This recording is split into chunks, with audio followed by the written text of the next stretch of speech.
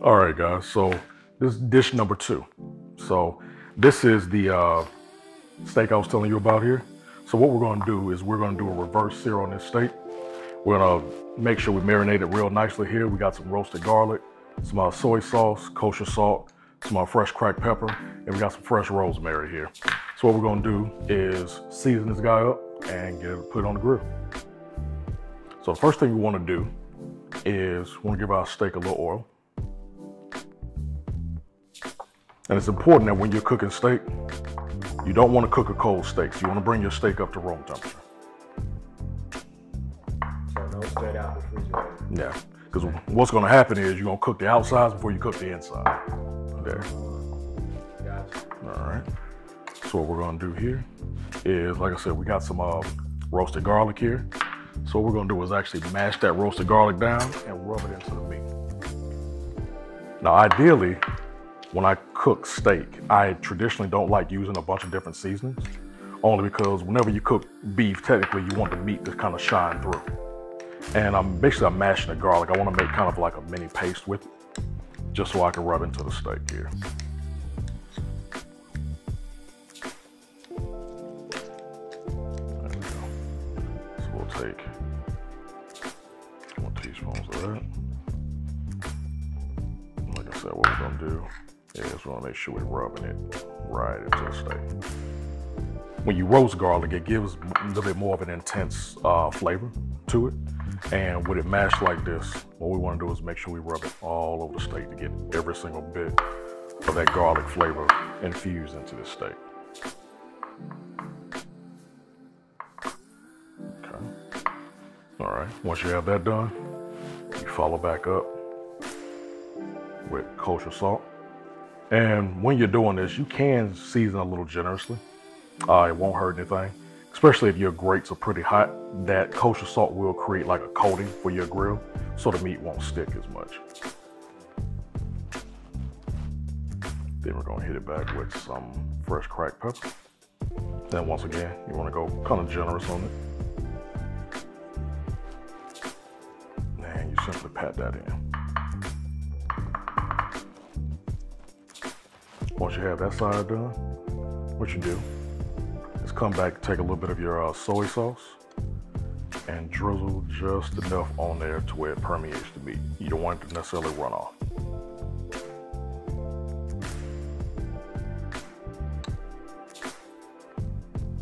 And what you do from there is you give a couple little finger presses instead of a little patch to make sure it gets soaked in.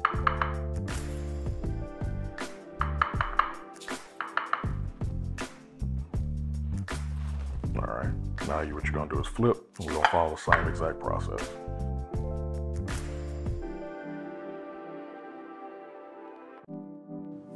All right, so what's your steak, as far as you being a chef and how long you've been actually cooking steak, how long did it take you to get the process of cooking a great steak how you want it? You know, I've gone to a lot of, great steakhouses and a lot not so great steakhouses. And it goes back to what I said before. It's all subjective, because a certain establishment may cook a steak a certain way, but I may want mine differently there. So it really just took me just seeing, all the different techniques and different, things that I can do with it, and then kind of incorporate my own styles with it. To me, a dry age reverse sear steak is probably better than most steaks that you'll find, but that's just my opinion. Okay. Some people eat their steaks rare. Some people eat them medium well. Some people do well done. So it's all subjective. This is just the way I like to do it. Like I like cooking my steaks to a medium or medium well, simply because I want to be able to enjoy some of the juice from the steak as it rests. As you're incorporating all these flavors into it, if you go ahead and you cook this meat to well done, what you're doing is you're zapping every single bit of moisture back out of that meat. And as it gets cooler, your steak's gonna turn to leather, basically. Now what we'll do is we'll add some sprigs of rosemary, one for the bottom there, and one for the top.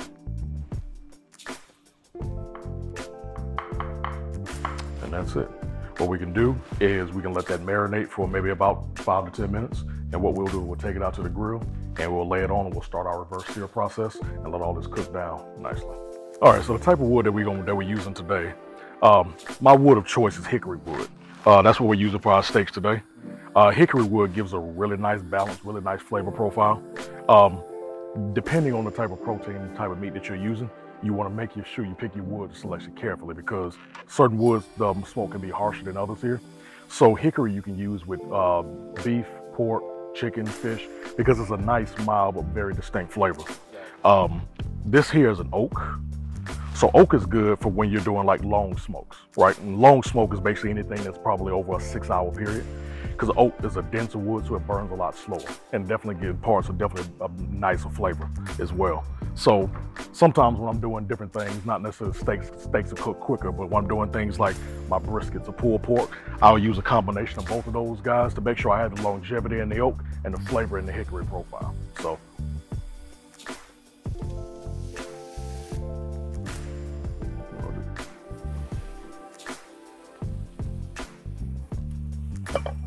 All right, let them sit, do their thing for about 30 minutes, and then we'll pull them off and set everything up for our direct grill.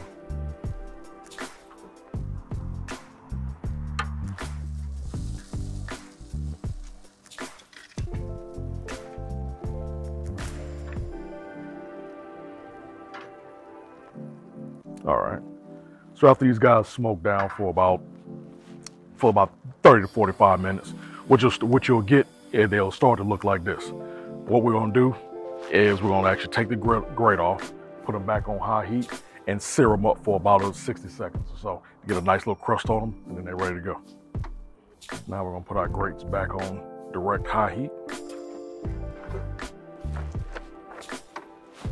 That way we get them an opportunity to cook directly over the coals.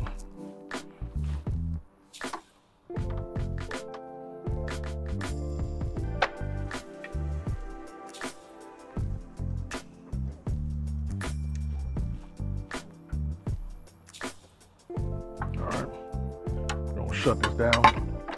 We're gonna shut this down for about 60 seconds. And what we're doing is opening our flutes all the way up till we get maximum airflow in here, increase the heat. So right now we're running at about 500 degrees. What we're gonna do is we're gonna cook them on each side for about 60 seconds, maybe about 45 seconds to give them a quarter turn, and then flip them to do another 45 to 60 seconds on the other side. So what I was telling you guys before about basically doneness of steak. So you can do a couple of different methods. You can do your thermometer. You can do temperature probes. Another method that you can use is the fleshy part of your hand. So depending on how you like your steak, you can do a touch test to kind of tell it's doneness, right? So what you do is you take your hand like this, and this fleshy part of your finger, right, of your palm. So you can do your thumb to your pointer finger and touch it. That's going to be your rare touch feel. This is going to be like your medium. This is going to be a medium well. And if you touch your thumb to your pinky, this is going to be well done. As you switch your fingers, the muscle here tenses, and it's going to be the same thing when dealing with a steak. So that's how you can touch it and tell the differences between. Then about 45 seconds, 50 seconds here. So what we're going to do is take these guys, give them a quarter turn, put them back down for another 45 seconds, and then we'll flip them. And after we flip them, we're ready to go cut into them. Oh yeah. All right, now we're gonna give it that flip. So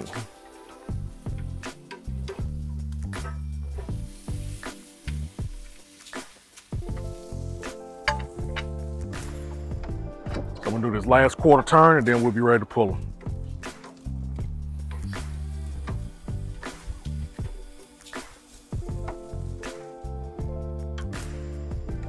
All right, guys, we're ready to pull off. Egg he had, and that's what he was using it for.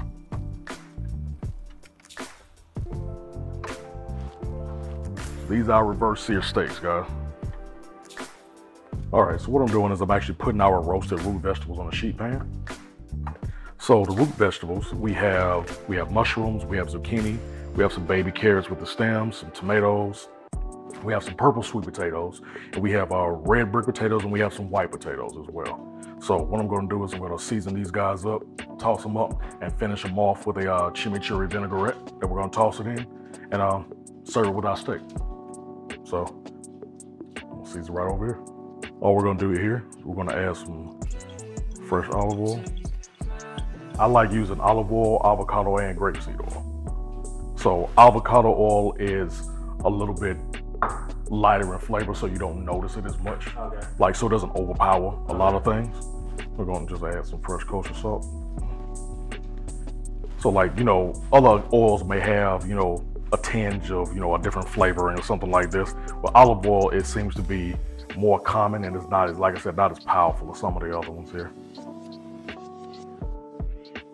All right, we'll add some fresh cracked pepper to it. So now that our steaks are marinated, we can actually put them on the grill. So I'm putting them on the grill, indirect heat, at probably about 250 degrees, and we'll let them cook down internally, like I said, for about 35, 40 minutes here.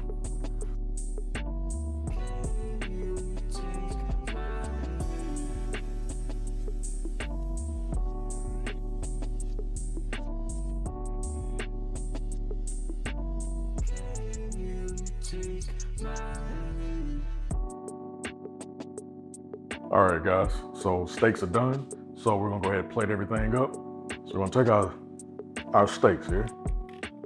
I'll put that on the plate.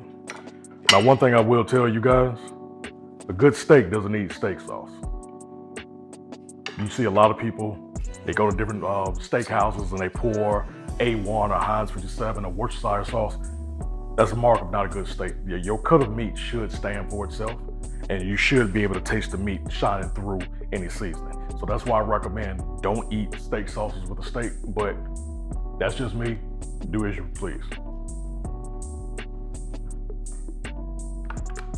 Gonna grab some of the roasted veggies. We'll add to the dish. And what we're gonna do here is we are just going to scoop some of these guys on here. I said to top everything off for our veggies, what I have is a nice chimichurri vinaigrette that we're just gonna drizzle right on top of the veggies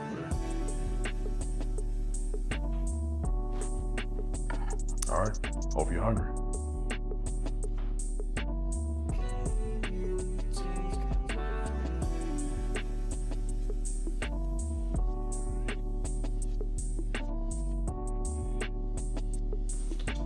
So we're here with this reverse seared Tuscan T-bone steak and the roasted potatoes and veggies. Listen, let's go ahead and get right into it.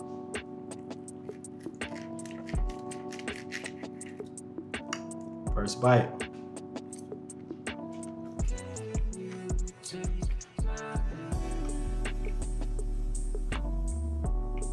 I'm not really a steak eater. This is good.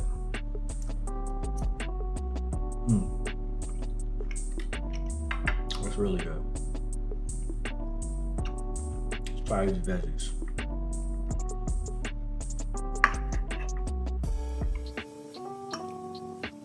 Or this is a general question.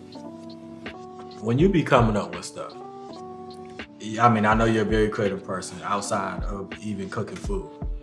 Like, do you usually be sitting down and you think about a steak and be like, I wonder how a steak would taste if I do it like this? How does that happen? Yeah, don't worry.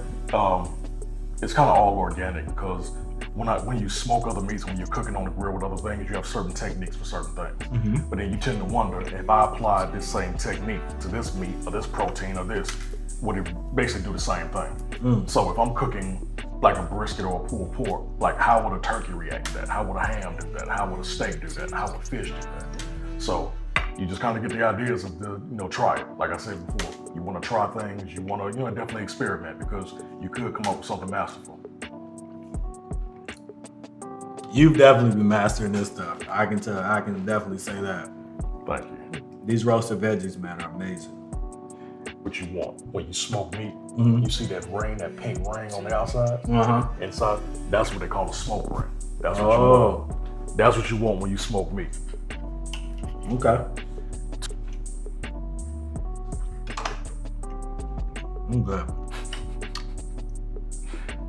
This is amazing, man. That chimichurri goes good with that too. So, With this? yeah. Let's try it. Chimichurri is nothing but like parsley, cilantro, olive oil, garlic. There's a nice little bite to it, a nice little herb.